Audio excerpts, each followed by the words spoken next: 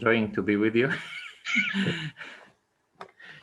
So we can also see you on video if you wanna turn on your camera, Buna, if it's okay with. okay.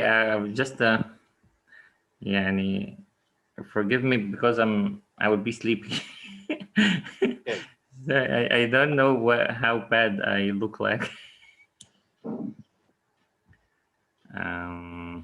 Turn on the camera. I'm turning on the camera. Okay. Hi. Can you see me now? I see you now, Abuna. I miss you. Me too, really, dear Father.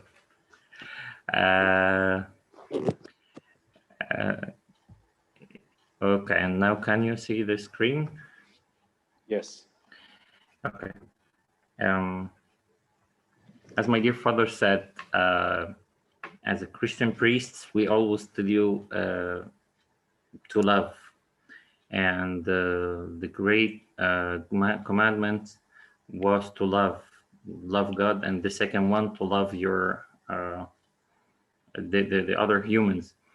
So, what do you think if a Christian priest um, that is always calls for love, telling you don't love?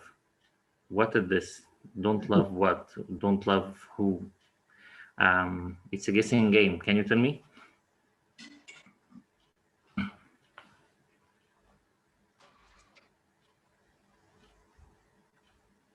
Don't love the world. Don't love the world. Okay, great. Mr. I'm Sharif, Abu. Hi, Mr. Sharif. Okay, does any other person have a different answer? The devil. The devil, okay.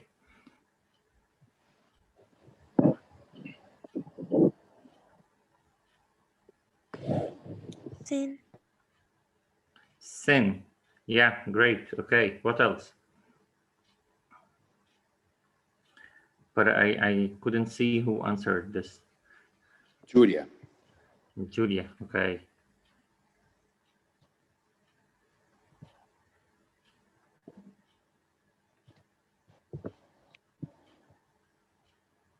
Okay, so we have don't love the world, don't love the devil, don't love sin, and your answers are all great. And we have it here. St. John said it for us. Who would like to read this passage, these 3 verses?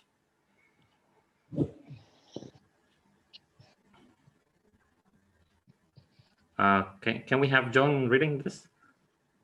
The best way we Sure, Abuna. Everybody's Okay. ready to debate. Okay, John, please read. Do not love the world or the things in the world. If anyone loves the world, the love of the Father is not in him. For all that is in the world, the lust of the flesh, the lust of the eyes, and the pride of life is not of the Father, but is of the world. And the world is passing away, and the lust of it. But he who does the will of God abides forever. Thank you. So here we have Mr. Shrieve's answers. It's do not love the world. But before we speak about this, can we have? I think we have Stephen. Can you, Stephen, please read this for me? Yes.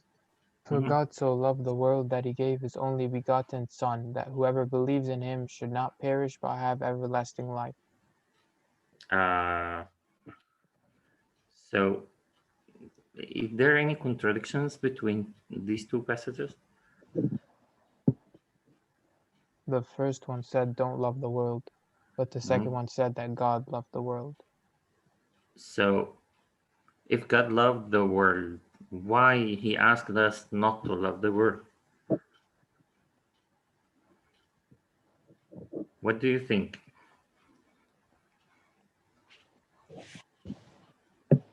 Well, I think he doesn't want us to love like the passing things of the world, but he like loved the people of the world like his creation.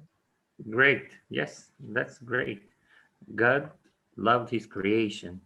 Um, so he loved man, and he gave him salvation.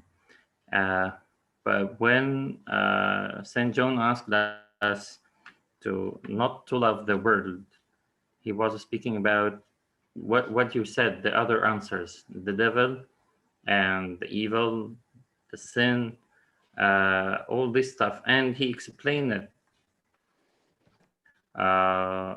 in the passage, and we will speak about his explanation. He put it in 3 different points. We will speak about them now. So here what is the word that is meant to us not to love? We said that we should not love the devil. We should not love sin. What else? What do you think we should not love?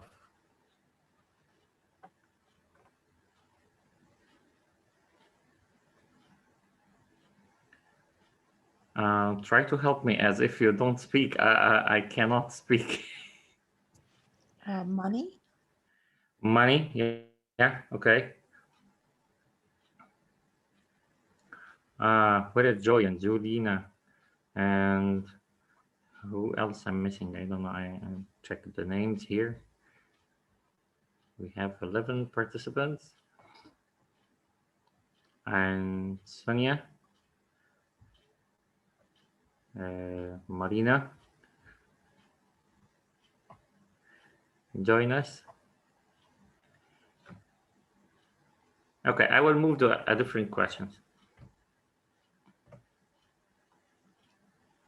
Why should we not love the world? Okay, so we knew about the sin, devil, money. Although money is very good, what do you think? But why should we not love the world? Because the more we love the world, the more it comes a distraction. What kind of distraction? Like it distracts us away from God and from focusing on things that are everlasting. Okay, great. What else?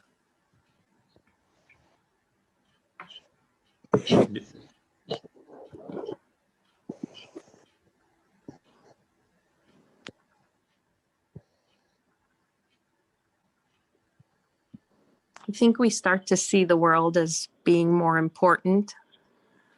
Things that really shouldn't matter, whether it's material things, just seem to overcome, and you pay more attention to those things than you do, let's say, the Bible or Christ.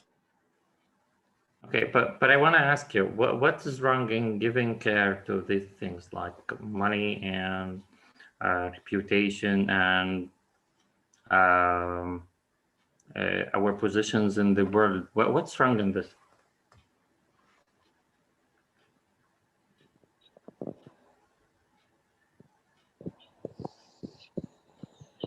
I think it's almost like you become obsessed or you start worshiping those things. They become first in your life.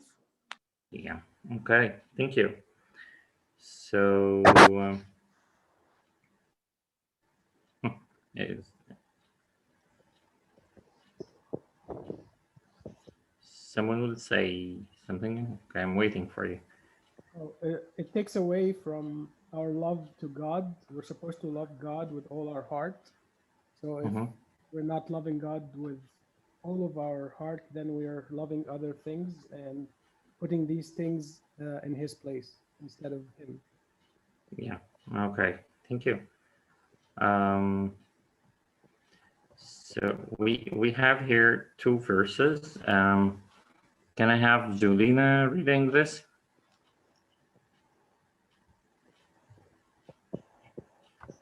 Sure. Yeah.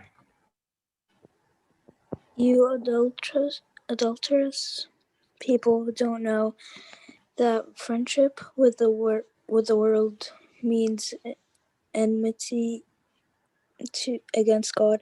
Therefore, anyone who chooses to be a friend of the world becomes an enemy of God. Wow. So if we choose to love word in the kind that Mr. Sharif and Miss Sonia just explained, I will be an enemy of God. Do you want to be an enemy of God? I don't think, of course not, yeah?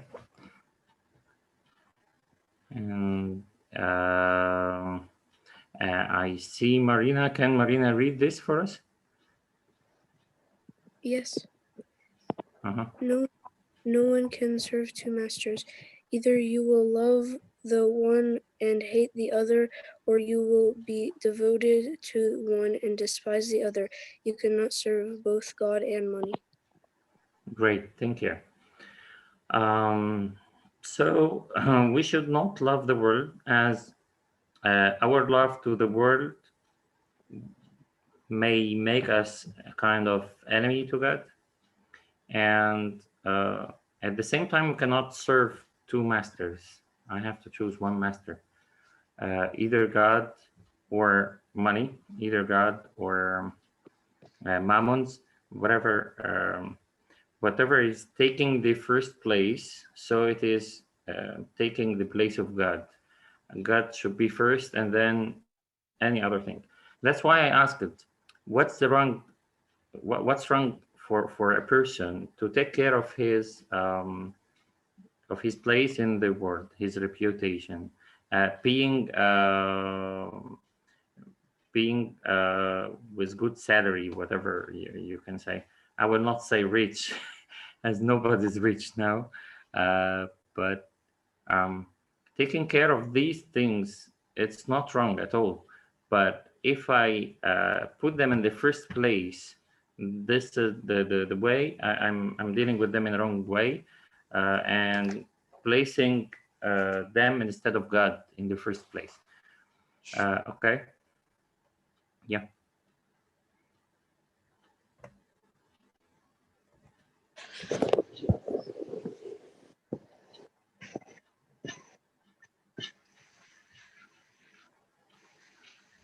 Okay, here we have what is the love of the Father. If we go back to the passage, the first passage that John read, um, we spoke about do not love the world, and if I came back quickly here it is. Do not love the world or the things in the world. If anyone loved the world, the love of the Father is not in him. And he repeated here in the last two lines, and the pride of life is not of the Father, but is of the world. What is the love of the Father?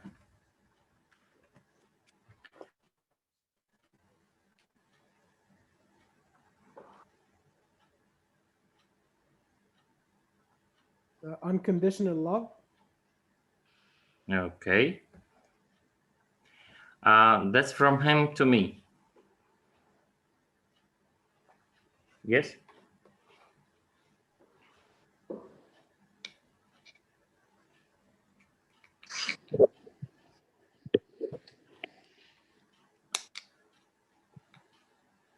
Okay, again, I'm asking what is the love of the Father? Mr. Schiff said it's unconditional love. Yeah, it's unconditional love. That's from the Father, from God to me. But what if I'm loving the Father? So what is the love of the Father? How do I know that I love God? Having the same will. Good. Wow. And from where do you know that you have the same will? Like that, whatever situation you go through, that you like trust that it's sent from God, even though it may not be pleasant, and that you always do whatever God leads you to do, and you don't do like the things that you desire. Okay, great. But From where exactly should I know that it is God's will? It's only my desire. How do I know that my desire goes with His desire? The Holy Spirit. Yeah. Okay. What else?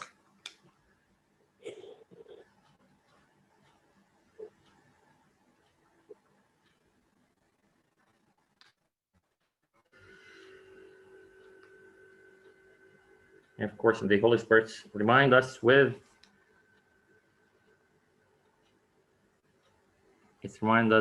His words.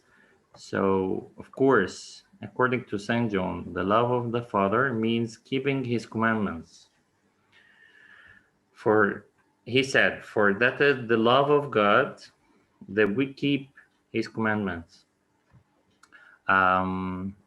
If we just keep reading the Bible as it is the way, the Word of God is our way.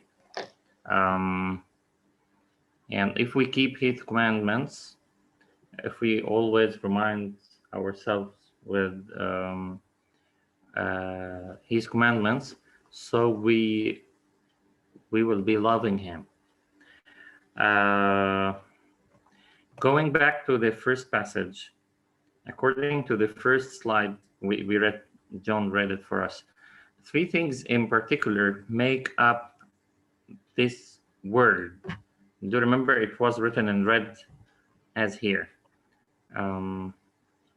So what do you think these 3 things?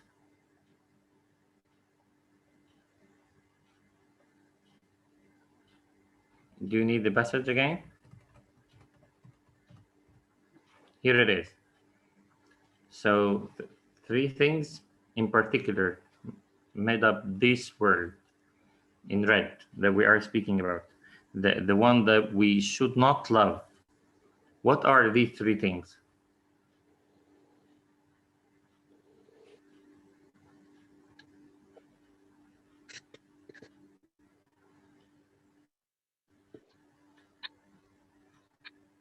Lust of the flesh, lust of the eyes, and the pride of life.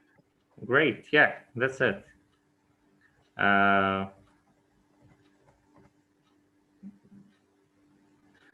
It's lust of the eye and lust of flesh or pride of life. The lust of the flesh, and I think it is related to our age, your age, not mine. It's about sexually lust and socially lust, and the second one is the lust of eyes. And we can just say about this lust that is materialism, loving money, loving things. And the last one is the pride of life. This one can be based on things like any success that I made, accomplishments of some jobs, having more money, our social status, these stuff. I think the first one is related to your age. The second one is, I think, for a kind of people who are like 30, 40. The pride of life is more related to elder people. Of course, it's not a must. We can have a teenager that have the pride of life, but I think with our role in life, what keeps me busy in this world now, in your age, like I'm suffering from this first one, the lust of flesh. And that's why we want to speak about this in particular and take more time. Abuna, if I'm taking too long, tell me, okay? It's okay, Abuna. We still have like 15 minutes. Okay. The lust of flesh. We have a lot of we can call it's the carnality. And we have this saying: food is good, but gluttony is sinful. Drink good, but alcohol is sinful. Sleep good, but laziness is sinful. And sex good, but outside marriage it's sinful. So, and as we have it written in James, carnal fulfillment equal this and sin and death. Okay. Um, uh, would, yeah. So, someone would say anything? I like this slide, Abuna. Can I take a screenshot of it? Sure, it's yours. I can. I didn't send the presentation. I'm sorry. I will send it to you, the whole part. Thank you. You're welcome. And we have it here, a kind of a proof from the Bible for what is written. And let's speak about the lust of flesh, and we divide it into sexually and socially.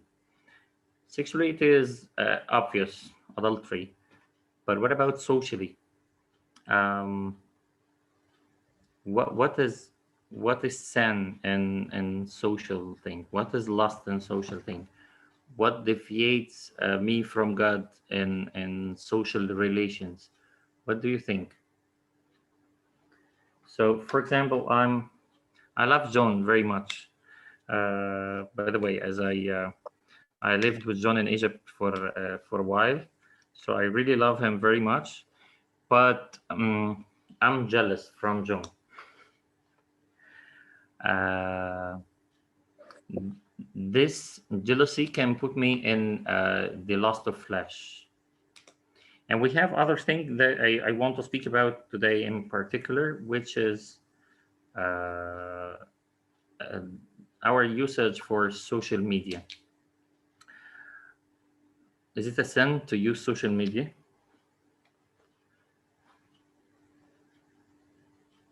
No. No, of course No. not. Of course not. It's not a sin at all. But sometimes we go into sins because of social media. Sometimes we have like this lust of flesh by excessive using of social media, by just like being obedient to social media, not to the commandments of God. But let me ask it: if the excessive or the excess use of social media falls under any kind of the previous lust we spoke about?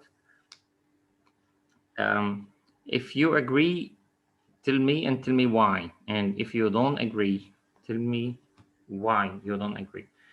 If the excess use of social media falls under any kind of the previous lust we spoke about, we have three lusts: lust of flesh, lust of eye, and the pride of life.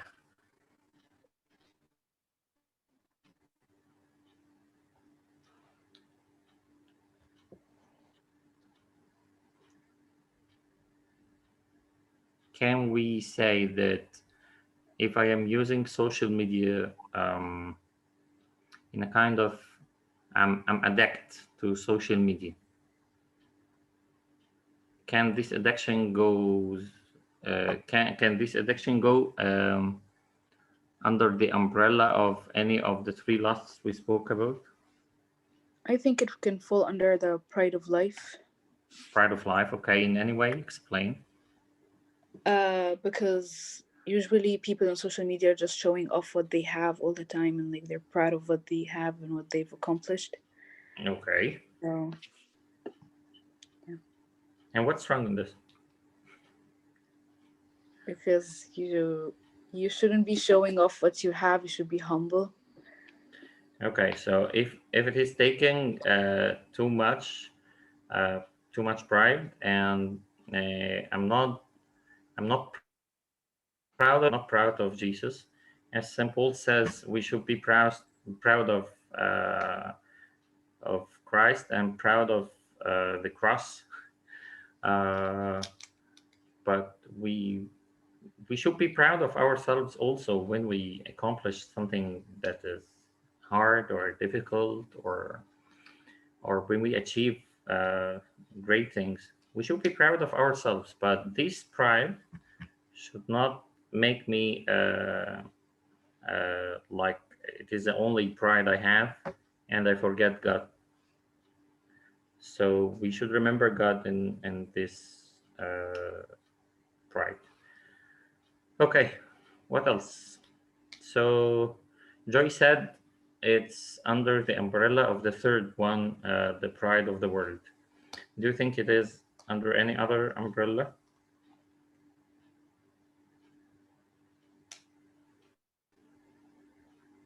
Like if we treat people, and imagine this situation. I'm just getting up from sleep, and I'm in a very bad mood, and I'm putting a photo on Snapchat, or what do you call it? I don't know. Uh, Instagram, yes. I'm putting a picture of me in a very happy way, like I'm uh, eating and having a picture of my food in a special place. Uh, I think I'm giving a kind of I'm lying to people who see this picture, because when they see this, they will think that I'm really happy and I'm in a good mood. But it is the opposite way. I'm in a very bad mood. I'm just getting up from my sleeping. And what do you think this kind of lying media giving us? Under which umbrella?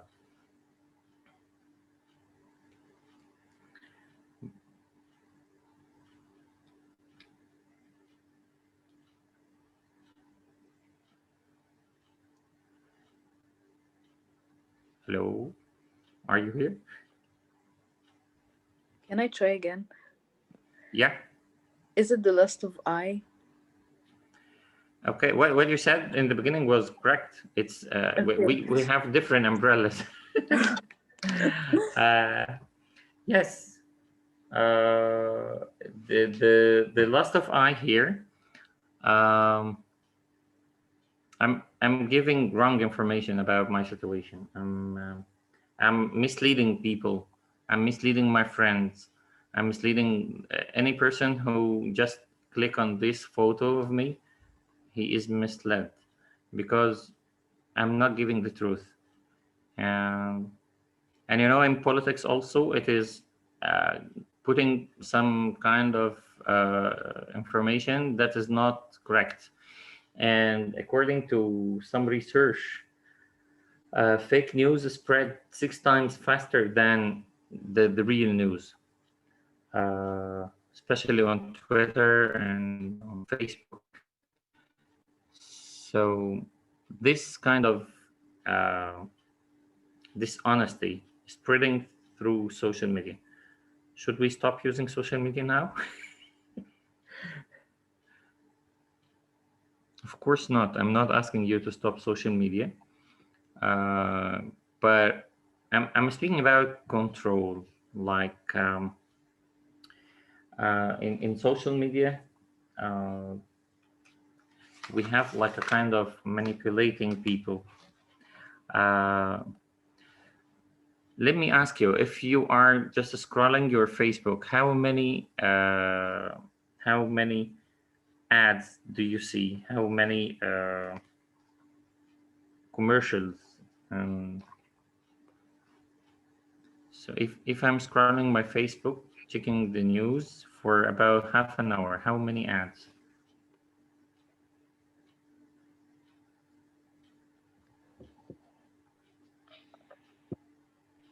Maybe 20. Wow, in about 30 minutes, you have 20 commercials, 20 ads. Is it a big number? Yeah. And what do you think about these ads?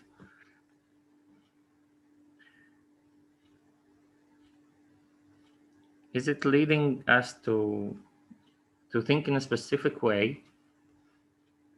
Is it leading us to something that I don't want?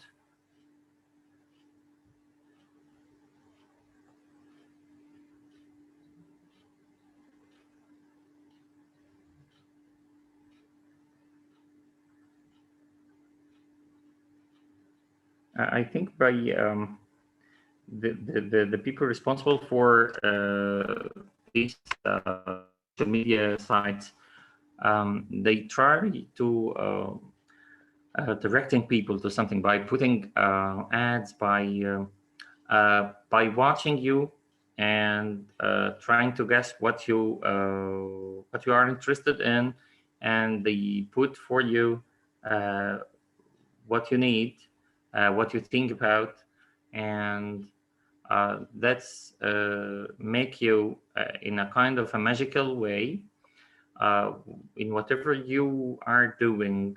When you just hear the notification sound, you just go quickly to your mobile phone, open the social media, check what is this notification. They are sending me whatever. Um, my friend is sending me a photo. How many persons like this photo? How many persons adding the heart and the care emoji? And uh, they make us like obsessed with the social media, which is wasting of time. It's time consuming, and at that time I should be doing different things. So it goes under the three umbrellas of lust. Actually, the idea of this is, how can I control my senses?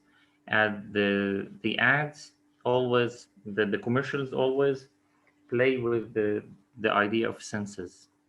I want to see this. I want to hear about uh, my friends. I want to taste this kind of chicken they put in a picture, and they are trying to show you how hot it is and how chilly it is, and the commercials always play with senses. And that the social media responsible people are doing with us. They try to think what are our interests, and they put it in a kind of ad. So I have to be opening. I have to check the notifications. I have always not to leave the mobile phone from my hands. Even if I'm studying, I will not leave it. I will have it in front of me. I'll check the notifications every now and then. It's not every now and then, every minute. I'm opening the mobile phone, I'm checking the notifications, I'm sending photos, I'm waiting to check how many people liked my photo. I'm putting music that I love, and then they are sending me suggestions for other music, and this kind of playing with our senses, directing us to do whatever they are giving to us, and we should choose what we want to do, not to not to follow the site's suggestions. Yeah, someone is saying.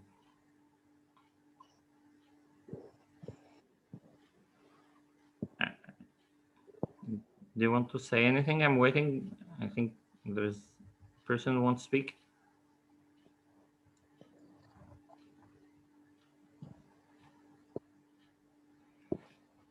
Okay, so let's go on.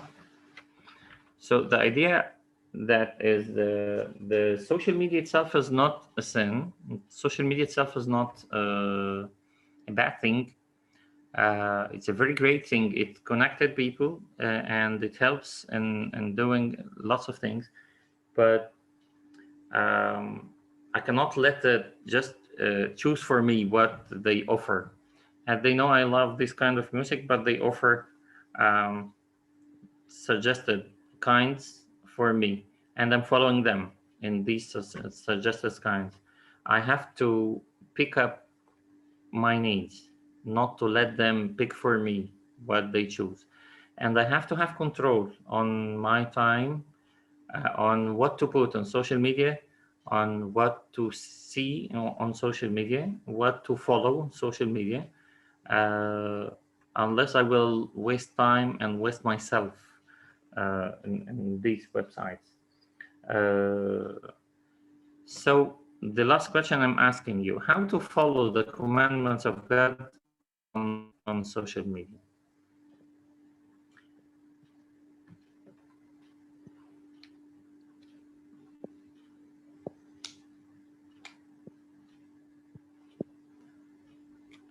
I think I'm very boring today. Yeah, maybe as I'm sleepy. You're You're not not. boring. You just ask hard questions. No, it's not hard. I'm thinking with you. Really, it's I'm sharing this with you as I spend some time on social media and I need to control this. And at the same time, I need to be like the man of God.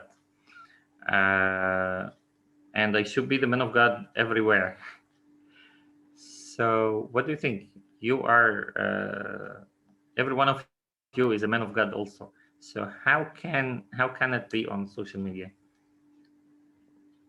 What do we need to do on social media to be men of God?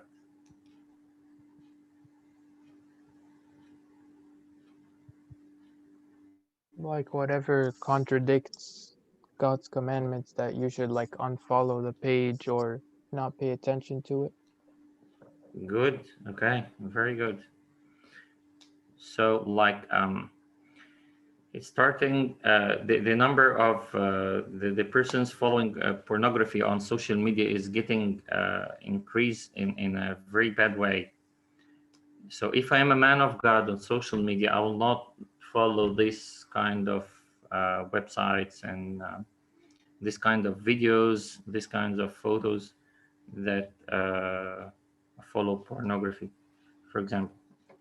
Okay, what else? How can I follow the commandment of God on social media?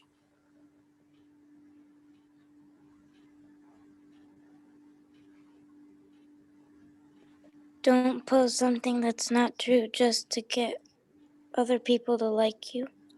Yeah. Take care of what you're sharing. Do not post anything that's not true, even if it will make some people like me, as Julia said. Um, I will not post any lie. I will not post anything that I'm not true. Or I'm not sure if it is true or not. What else? You can find like spiritual pages like that post quotes from the fathers, or like Bible verses, or like videos about like servants or anything like that to balance out your feed or something. Okay, good, very well. By the way, in order not to take my words in a different way, we are not asking you to stop using social media, but we're asking you that we need to make the best use of it to benefit our lives, and of course not to be away from God. Why?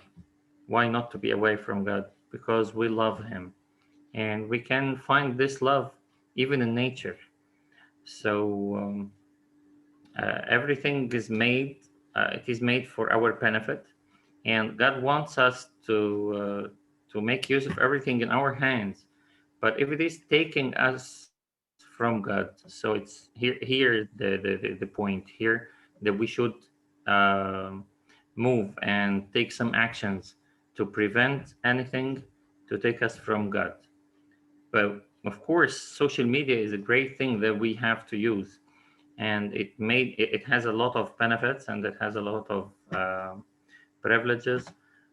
We cannot neglect that. But when we are speaking about the negative side, we cannot forget the positive side. In order not to understand my speaking, as I'm asking you to leave the social media, I cannot do this. So, do you have any other ideas how to follow the commandments of God on social media? We have three things that we should not follow the things that make us like fall in a sin, like the bad or pornography or whatever, and we should not post a lie or post something that is not assured that it is true or not. And we have the websites or the posts that are spiritually speaking. What else? We should be kind and loving with our comments, because some people are just mean because they're behind a screen. Okay, some people make use that I'm not seen right now. It's not a face-to-face conversation, so I can say whatever I want and nobody will hurt me. Nobody will, and they think that nobody will be affected by my words, but it hurts. It hurts. Something else I want to say is uh, our value is not in the how many likes I got for this photo and how many comments I got for this post. It's not our values. Here in Egypt, I saw some teens like if they didn't get like 50 likes of this photo or 50 hearts or about 15 comments on a post they post, um, they get depressed, and really we have some persons go into depression because they don't have how many likes like this their friends. They compare. I post a photo and I got 10 likes, but my friend post a photo and take 50 likes. So I'm not loved. I'm a bad person, and they go into depression. It's very hard. It's not our value. The likes and the comments and how many are they on what we are posting, it's not our value. We are more variable. Christ paid his blood to to make us feel our value. So it's not our value how many likes my friends did for me. Yes, Abuna. يا قلت حاجة تقريبا. يا Okay. I think I'm done. If you want to ask any question, I'm with you.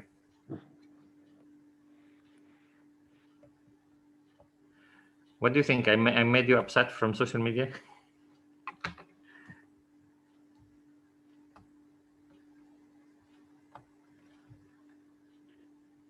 Any questions about the topic? Abuna Beshoy is still with us. I have a question. Yeah. Okay. So who is this speaking with? Joy again. Okay. Hi.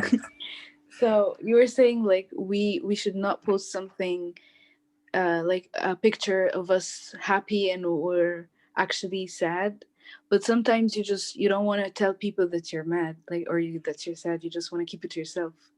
It's not lying, right? Okay. Of course, I'm not specify this. What do you say?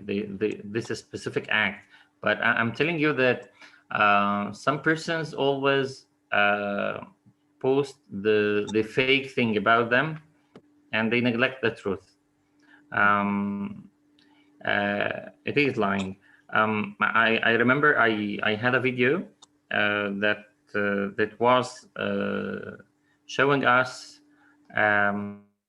how fake is social media and what it presents, specifically with the famous people. But we don't want to be fake. We need to be real. We don't want to to get into depth with a fake word. We need to be real. That's what I'm trying to say. But it's not about posting a photo when I'm sad and I want to tell my people that I'm good, don't worry about me. So I'm putting a good photo for me, and while I'm inside, I'm really sad. It's not a big deal. But when I'm always posting what's fake and what is not true about me, here's a question. I'm not moving well. I'm not going into a stable state of mind. Did you get me? Yes. You're welcome.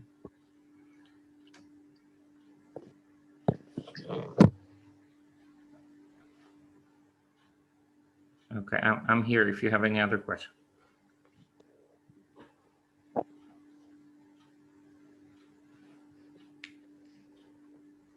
That's great, Abuna. Thank you so much. You're welcome, Abby. I'm the one who should thank you, but I'm asking your forgiveness. The speaking while sleeping is not that good. It's a little bit late for some of the participants here. A lot of people here go to bed early. Yeah, really? And I should thank you for accepting to join us at this time of the day. You're starting your day very early today. Yeah, today, right? Actually, I have to wake the whole family up after 1 hour. Okay. Say hi to the whole family and say hi to all the fathers in the church. Sure. And please conclude the meeting with the Lord's Prayer. Thank you so much, Fr Beshoy. You're welcome, dear Father. I'm really happy to be with you, and sorry if I'm not really well prepared. Have you with us again soon, Abuna. I'm happy to do this. Just I will arrange with your reference. Thank you, Abuna. At any time you choose. Thank you, Abuna. You're welcome, dear Father.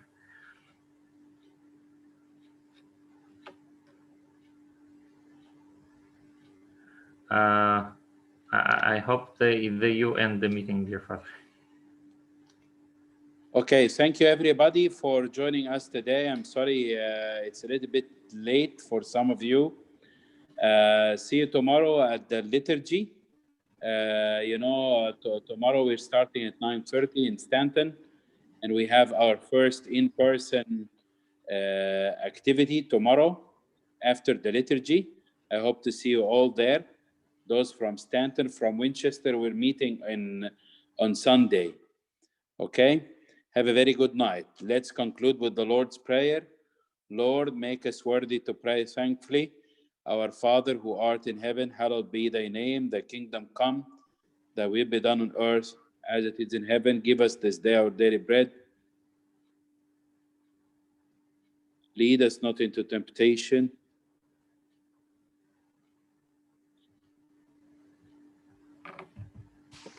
Glory be to God forever. Amen. Have a very good night. Thank you, Fr Beshoy. Thank you, everybody. Thank You're you. welcome, dear Father. Thank you. Thank you, Abuna. Thank you, You're Abuna. welcome. You're welcome.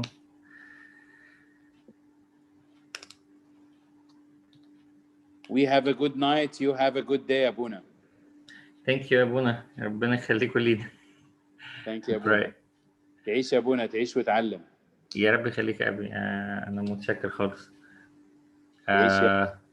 سامحني على عدم التركيز بس. يا ابونا ما تقولش كده، ده زي الفل. ربنا يخليك يا ابي، ربنا يخليك، قدسك دايما مشجع.